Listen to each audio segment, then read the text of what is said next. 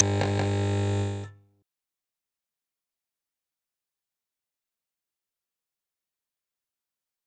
then so she laughed, and then she replied, and then halfway through she did this. Oh.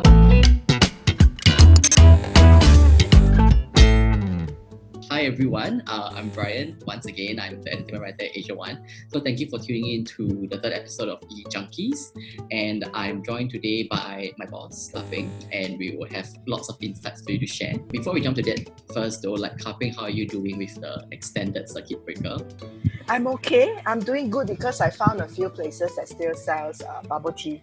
There's this Taiwanese cafe 小吃店, so and they sell Taiwanese bubble tea. It's very close to my favorite brand. I understand, because there are bubble tea places near my house also, so I will get it during the when they were supposed to be closed, then they partnered up with some food stalls or something, right? So I was lucky also. Then I would take pictures, then I'll brag to my friends, hey, I got bubble tea during extended circuit breaker, haha. Well, that's great. That's great that we all got bubble tea. So now moving on to the main point that we want to talk about for this episode. So we want to talk about Chris Lee actually, because recently we managed to get an interview with him for his new HBO Asia show Workers, and I wanted to share a little bit because I think what you usually read on the articles and the website is kind of like an edited version, because there's a lot that goes on in the interviews. There's a lot of quotes that he gave that we can't squeeze everything into one story, and I think it'll be interesting to kind of share a little bit of behind the scenes insight into what goes on. So I think for me it was kind of exciting in a way, because I have never interviewed Christopher Lee before, even though he's one of the biggest names in local celebrity scene, right? I mean, and he's also expanded overseas, right? He's actually one of the celebrities that I used to watch growing up, because we would watch Return of the Condor Heroes, I hope I pronounced that correctly, and he was paired with Fan Wong, and it was a very iconic wuxia show. So it was a bit surreal, it's a bit like meeting your childhood icon. And I think if it were me, say 5 years ago or even 6 years ago when I was an intern at newspaper, I think I would be over the moon. I would be too excited. I'll be like, oh my gosh, I don't know how to react. But I was quite calm, and so was Chris. He's very nice. He seems like a very nice uncle that will tell you his life story. I interviewed him a few times before, and I think the one thing that I remembered most about him was when him and Fan Wong, they already admitted that they were dating. So I asked him some questions about dating or being together, what's the most romantic thing, that kind of stuff. And then he said that even holding hands can be very romantic. Somehow that stuck with me, because you don't really need to do a lot of fancy things. He is very loving, yes, I agree. I think even in interviews, previous interviews that he's done, he's spoken a lot about the family, right? He's very protective of Fan, of the child. I think that sincerity and that realness really comes across also in the interviews, especially there was one point where there was actually a reporter who was having some kind of technical issues with the audio. There was literally awkward silence for maybe a minute, and he didn't kick up a fuss. I, on the other hand, felt a bit awkward for him, but apparently Chris was fine. I was quite impressed actually, because you do kind of anticipate that sometimes celebrities of a certain caliber might have a little bit of a attitude. It was a very fun interview, I think, all in all for me. I loved writing it. I felt like it had a very strong human interest angle. I worked in MediaCorp for a few years when I was younger, and you're based in the same campus as the celebrities, so you see them quite often, and I had to interview them quite often. So a lot of them were actually very nice, and these are the veterans, the real Ajian actors, and I truly want to call them Ajian actors because they are really down to earth, and they are really good at what they do, and they are so polite and kind. But I heard from an ex-colleague that there was this particular local lecturess. She had some caliber back then. So my ex-colleague back then, she was still quite new. And then so she forgot to address this particular person as something Ajie. And so the other person just ignored her. And then so she had to who Ajie. Or then the person acknowledged her and did what she asked. So I was quite surprised, but I'm glad that I didn't have to experience that in a way, because it will make working very difficult, very awkward. But are you surprised though, in your experience as a reporter? Because I'm still kind of new. I've only recently gotten to see some celebrities, but is that normal? Locally, I am not sure. I've had this kind of overseas artists a little bit, especially from their manager. Not so much the artist, but locally, I guess I wouldn't be surprised because there are all kinds of people, and it could really be a bad day for that particular artist. Or really she thinks that she's some powerful person, who knows. This is a joke, okay? This really is a joke. There was this international actress who supposedly gave me the middle finger in the middle of our Q&A. I'm a huge Harry Potter fan. The last movie was released. My editor sent me over to London for the press conference, and I was like so happy. You know, there's this beautiful press conference occasion, and then we were placed at the corner.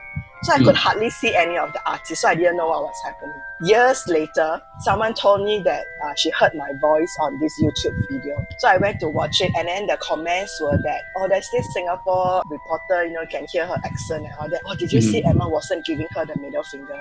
Oh, wait, what? I was about to say that I don't think it was Emma Watson though. Okay, I don't think she intends to. I think it's just a joke. She didn't realize it. So my editor back then asked me, you have to ask Emma Watson this question. Ask her to compare the kiss between Harry Potter and Ron Weasley. Right. And would Emma want to kiss Tom Felton? Because Emma admitted that she had a crush on Tom Felton. Should have seen this one coming. And then so she laughed, and then she replied, and then halfway through she did this. People interpreted it as like she was giving you the middle finger. Yeah, giving me the middle finger. Yeah. Okay. Actually, I am very envious that you guys got to go on all of these junkets because it was basically my dream. The stressful part is if it's an overseas junket because you know that you're not going to see that person again. There's no way that manager is going to give you the time of the day for a follow-up question. For me, the biggest Hong Kong star I met was Simon Yam. It was that Star Awards thing. Okay, I wasn't gushing. Like, I've seen his shows. My mom loves him. She's a fan. But I was never on the fan train. So I was very calm when I was speaking to him. But out of the interview session, I remember I asked him, like, can I just do like a simple video, like 2 seconds, just say hello? Because I told him my mom is a big fan. So he was super on board with it. He was very, very nice. But then the manager was like, oh, sorry, cannot. So he kind of apologized to me and said, okay, why don't we just take a photo? Then you can just show your mom. And I think the other one that also kind of stood out was Kenneth Ma at the Star Hub Awards thingy last year. And we all know the biggest scandal, right? Like him, Jacqueline Wong. And anyway,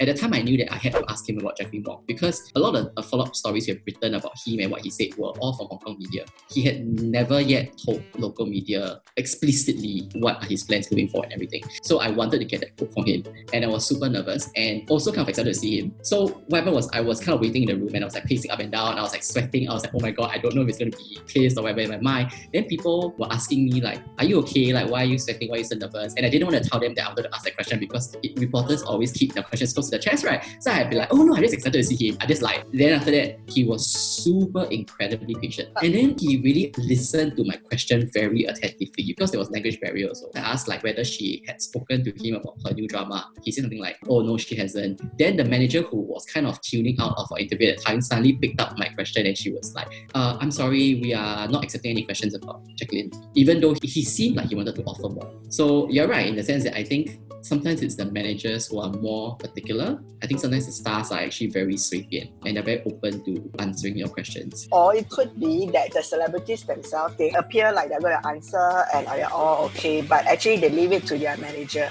Maybe they told their manager beforehand that, you know, if something like this happens, you cut in. I like to believe he's quite nice because the immediate aftermath of the whole scandal, he was still telling people not to go and harass her, harass his mom. He was still being polite to media. So I feel like that's his MO. But I don't know whether you're right, like whether he was putting on a show lah. But I felt like those were the experiences that kind of made me feel connected to them in a way.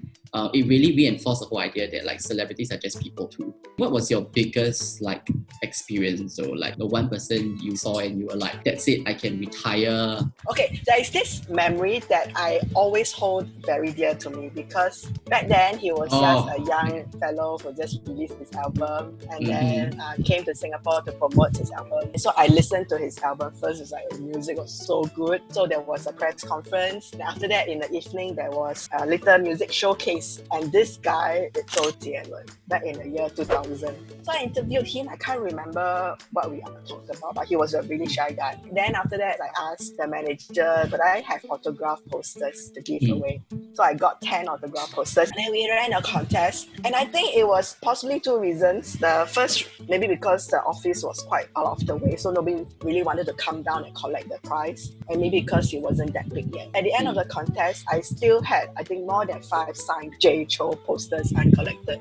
So I collected it back and I think I gave them away and I still have one in my storeroom. That to me is like a reminder of me meeting someone that I really liked at that time. I don't think I'll ever meet him again because it's so big. It's not going to have a 签唱会, So that to me is very special. Hey, you should get and frame it up, so it doesn't get discolored. It's like 10 years down the road, right? You can sell that as an antique, you know what I mean? Like gudong. Then like it can be worth like hundreds of thousands of dollars. Like those paintings, right? Like after the artist become famous, then you sell the first painting that the person ever made. And it's worth like a crap ton of money. Yes. Yeah, it's 20 years already. He's like super famous. Okay, so I think there's one story I'd like to share, like before we wrap up everything. I'm glad we had this chance to kind of like compare notes of different celebrities. I think this happened to me when I was in JC, so that was at least 10 years ago. And the reason why it stayed with me was not because I'm a super fan of this local actress, but rather because she's always painted as a certain personality, by people. She's always looked at as like an ice queen, and she has a so-called resting bitch face. I think you guys should know who it is really. What happened was I was having lunch with my sister and we went to this like back corner of the restaurant because it was quiet, and then she and the production crew came in. I think they're doing filming and they had all these lights set up, wires everywhere. We went to get our food, and then when we came back, all of the stuff was sprawled across the floor and everything. So she saw me carrying the tray of food, and then she actually physically went to pick up the wires and cleared it away so that I can actually walk through. I think in the end, my sister and I changed tables because we didn't want to disturb them.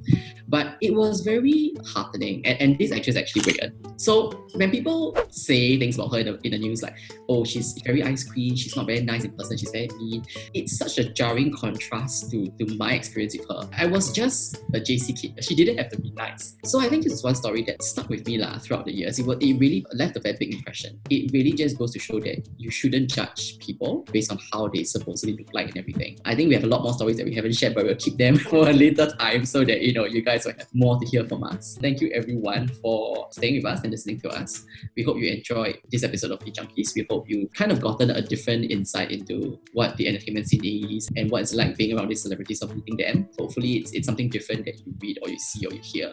So if you like this content and you want more of it, remember to give us a like and subscribe to AsiaOne. And this podcast will also be available on Spotify, so just check in and get the latest episodes. And I think that's it. I think we're going to sign off here once again, and we'll see you in 2 weeks. Thank you. Thank you. Bye-bye. Bye-bye.